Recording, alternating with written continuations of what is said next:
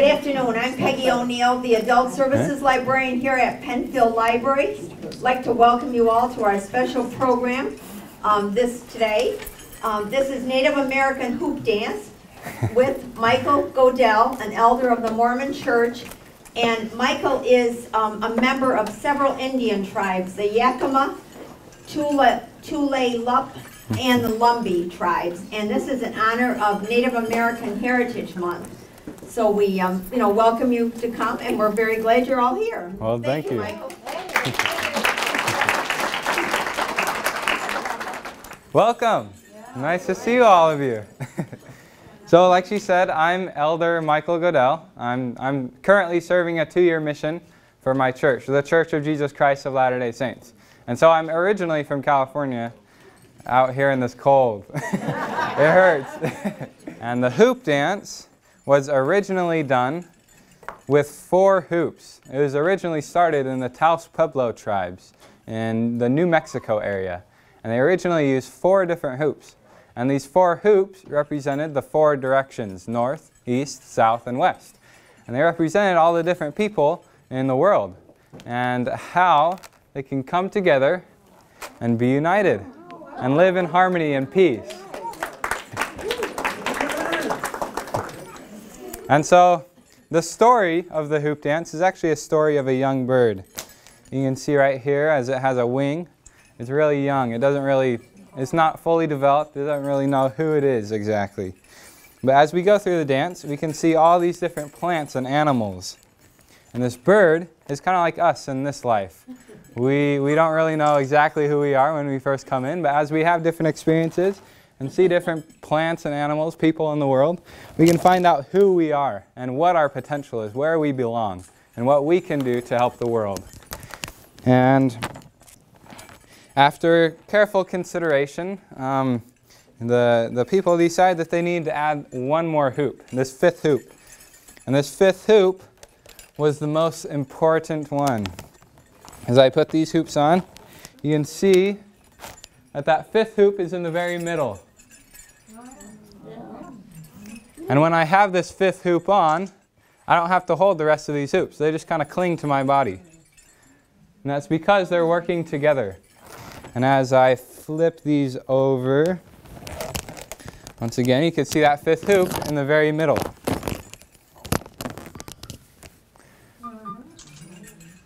And so as we go through this dance, you'll see this 5th hoop all over the place in the very middle. And this is a very significant hoop. Right here, when we make the world again, if you remember, these 4 original hoops represented all the different people in the world. And so this 5th hoop is the one that's keeping all the different people in the world together. And when we set this world down with the 5th hoop, with all 5 hoops, it stands, and it's beautiful, and it looks good. But as soon as we remove this 5th hoop, they begin to tumble and fall. And that is obviously not what we want. It's not harmonious.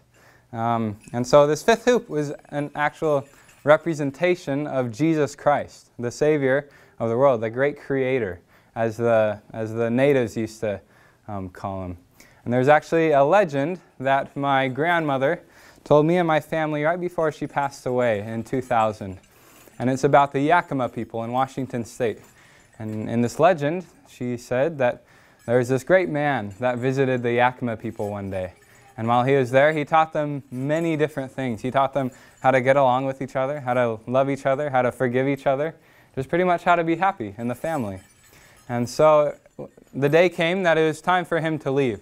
And so he looked around at all the people, and they're all in tears because they all loved him so much. They appreciated his teachings, and they have grown to love him and their fellow brother and sister. And so as he looked at them, and they're all in tears, he said, "Are there any that are sick or that are afflicted in any way? If there are, bring them to me, and I'll pray for them." And so they did that one by one. He prayed for them, he blessed them, and he healed them of their sicknesses. And so he looked at the multitude again, the people, and they're still in tears. And so he said, "Bring your little children to me." and I will pray for them. And so as they came up one by one, he looked them all in the eyes. He got to know each and every one of them personally. And he prayed for them and blessed them also. And by this time, it was really, he had to go. He was running late. And so the way that they describe him leaving, they say that he sat on a swing. And when he sat on the swing, it started descending up and up and up until they couldn't see him anymore. And they said when they couldn't see him anymore, that rope that was holding the swing fell to the earth. And exactly where that rope fell to the earth is where the LDS Seattle Temple is today. And that man who visited them was Jesus Christ. They called him Takoma. And if you go over to the Seattle part of Washington State, they have the highest mountain peak. It used to be called Tacoma, Mount Tacoma, but now it's known as Mount Rainier. And so, I mean, that's another witness with the hoop dance and also with different legends that Jesus Christ really taught the people here in America. And so what I like to do as I go around to different places and dance, a lot of people think that some of these moves look pretty easy. They look pretty easy, right? It's not too hard. And so what I like to do is have people come up and try it for themselves. So I need some volunteers. Who wants to volunteer? Raise your hand. Ian, come on. Right there. Both of you. Let's get 2 more. You 2 right there. All right. So you're going to step behind a hoop for each one of you. Here you go, Ian. All right. All right. So the first thing we're going to do, when the natives started dancing, they used to try and not pick it up with their hands. So they didn't bend over and grab them and pick them up like that. That was too easy. And so they wanted to make it a little complicated and look a little cool. And so the first thing that we're going to do is we're going to step on the hoop with one foot. Yeah? We're going to step on it and we're going to drag our foot back until the hoop comes up. It's kind of hard.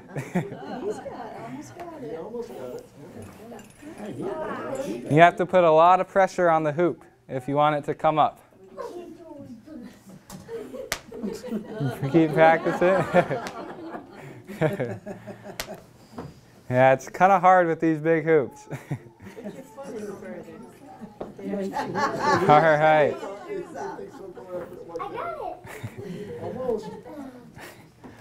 And you kind of step on it with the ball of your foot right here, this part. So it's a little easier. You have a little more pressure.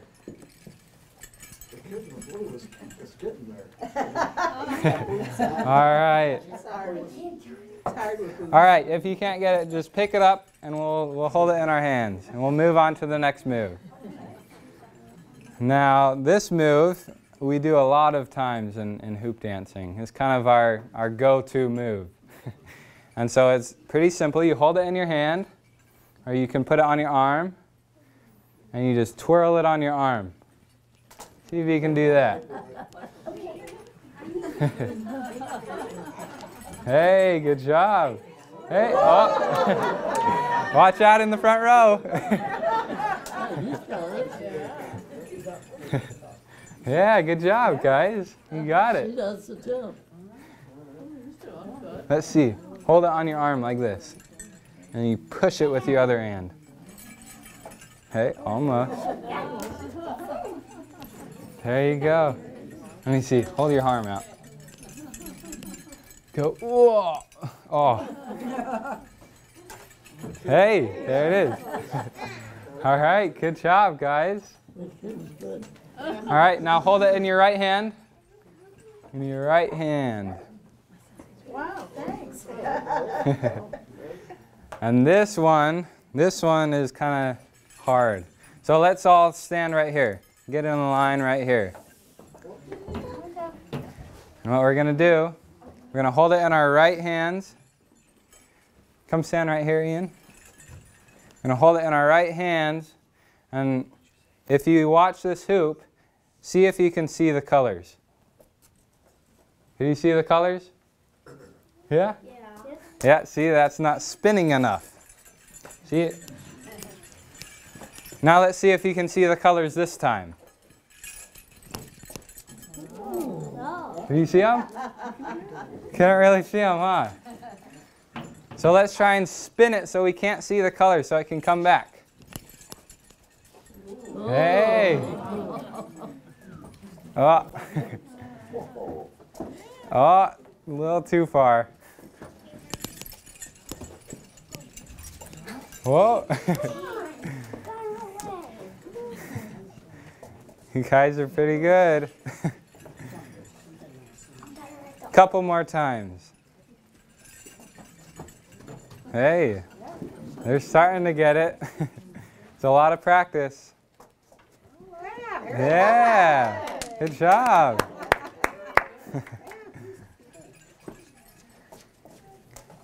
All right, let's grab our hoops. We're going to do one more move. Let's line up like this again. Okay, so for this move, we're going to hold it in our hands like this. You can scoot over some so you have room. We're going to hold it in our hands like this. And we're going to put it over our head, over your head, to the back of your feet, and step through. Over your head, to the back of your feet, and step through. Over, and get a little faster every time until you can do this.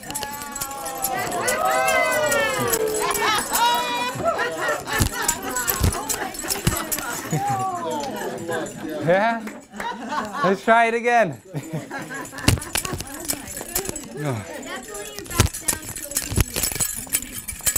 Oh yeah, like that.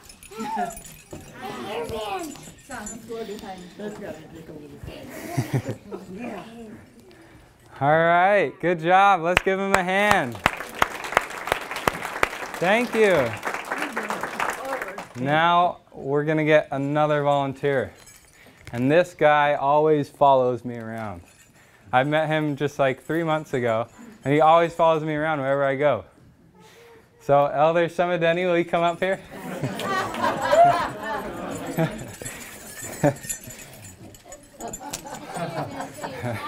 Now come stand right here. Put your arms out.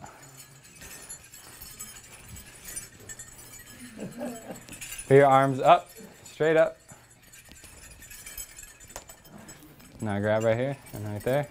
All right, yep, put it over your head. Now grab Never these. done this before. Let's see if I have enough. All right. Step through here. And let's see. Let's step back out. Step through both of these. And hold that. Step, let go. I have a bad feeling about this. Let go. Let go. Step through. Now hold that.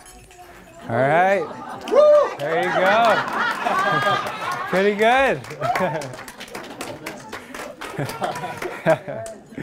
Pretty good, right?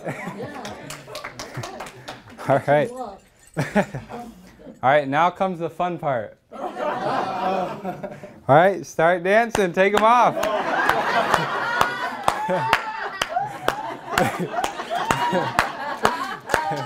Hey, oh, you dropped them. All right. Thanks. Shoot. All right. So the natives, you know, they used to pass down stories and legends through songs and dances. And so today you're going to see the hoop dance, which I've explained what it is. And as you're watching this dance, don't only kind of watch it because it looks kind of cool, but it really means something. Because when I was a little boy, I was a really quiet boy. I didn't like talking to anybody. In fact, my parents said I didn't really start talking until I was like 4 years old. And so this dance helped me express my feelings in a different way. It helped me open up and really find out who I am. And so as you're watching this dance, keep in mind, you know, our journey through life, your own journey through life. And as you watch this bird, how it grows and develops and how it sees these different plants and finds out who it is and where it belongs. And so here is the hoop dance.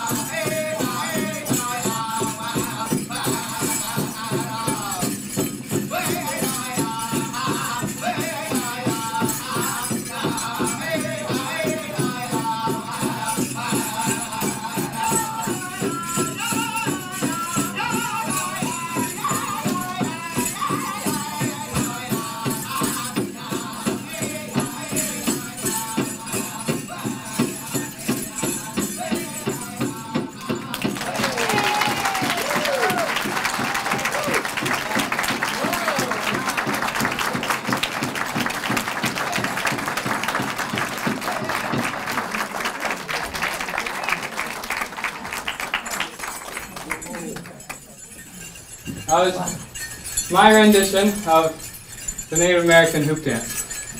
I hope you saw as the eagle grew up, he found out who he was, and he fully developed. He reached his full potential. And that's what I hope all of you can find someday in your life. I hope you can reach your full potential and find out really who you are, which is sons and daughters of God. Oh, sorry. Are there any questions I can answer, hopefully? Do most Native American tribes have their own version of a hoop dance? Well, so the dance originated in the Taos Pueblo tribe in New Mexico, but everyone does it now. And a lot of different tribes claim it, but it's really just who teaches you. Like my dad learned from someone up at BYU College at Provo, Utah, and so he learned from, I can't remember what tribe the man was from, but he passed it along to me and to cousins and sisters and more cousins and just other people who want to learn it. And so there's no specific dance for each tribe or nation. It's just how you interpret it and who you are, really. So how long did it take you to perfect that? Well, the first time I went out and danced, my dad had taught me, my cousins, and some family friends for about 2 weeks. And so it is the very basics. There's this, maybe spinning it, and just a little in between. But over the years, I've been dancing about 10 years now. I just add a move here and there, and now it's this long dance. Great. Thank you very much. In the corner. Yeah, Look, I think if Indians knew basketball, that would be funny because they're really good at that. Like, Yeah. Hey, I like basketball. remember you can do moves like that? I bet they can do that if they want. Hey, we'll have to try it sometime.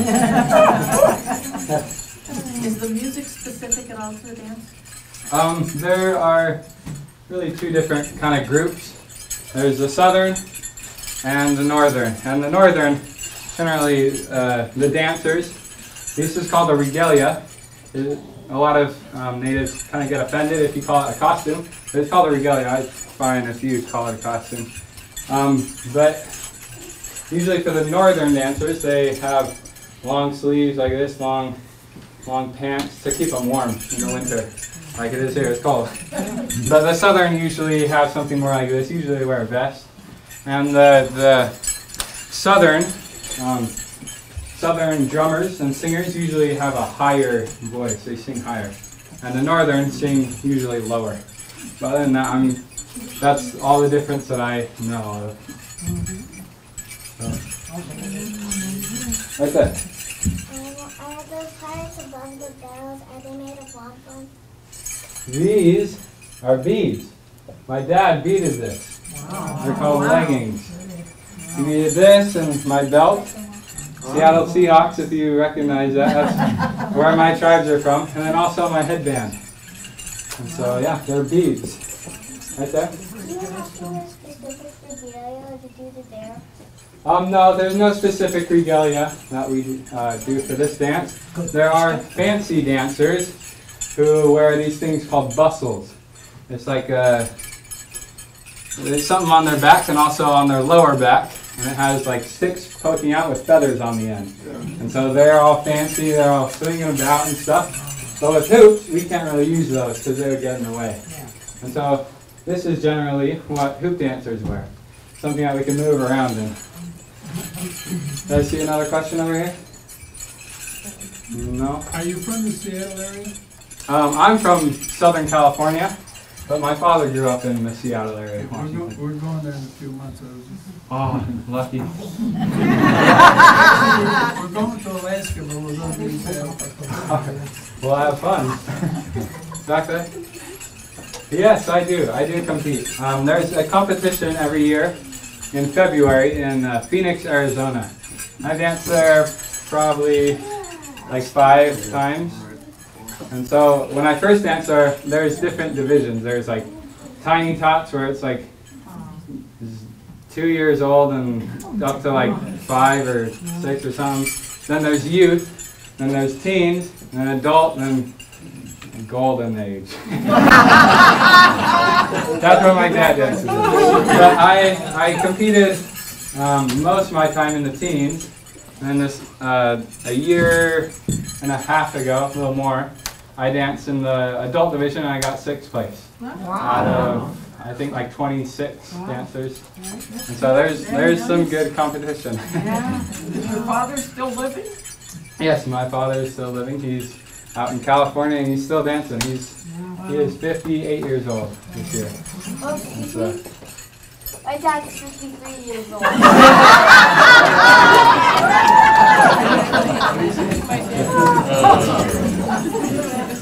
All right, just a few more questions. Right there? Hey, me too. That's great. When the individuals are competing and you have the little ones, do they have hoops that are smaller? Yes. So these hoops are made for me. That's why it's kind of hard for these guys to use these hoops. The way we make them is we go to Home Depot and we buy some tubing, just some long tubing. And so when we measure it to ourselves, we cut it right about how tall we are. And then we wrap it up, we put a little wooden dowel in them and tape it up. And so, yeah, like a shorter person. I have nieces and nephews that are anywhere from here, and they have some really small hoops. But they originally used like wooden hoops, rattan, to make the hoops. But they got dry and they cracked a lot and broke while we were dancing. And so we decided to use plastic. It works a lot better. How long did it take you to feel comfortable without having those things fly around? Oh, they fly around sometimes. But it just comes with practice. I'm constantly practicing, making sure I know where the hoop is going to go. So it happens. Okay, one more question. Right here? Do you know, like, what did the old Indian, like, hoops used to be? They used to be wood. They used to get like a... That might hurt if someone got hit. Yeah, I know, right? It hurts. But yeah, they used to make wood and they used to do the same thing. They just bend it into a circle and then they tape it or tie it off. And so that's what they used to use. Well, Thank you very much. Thank you.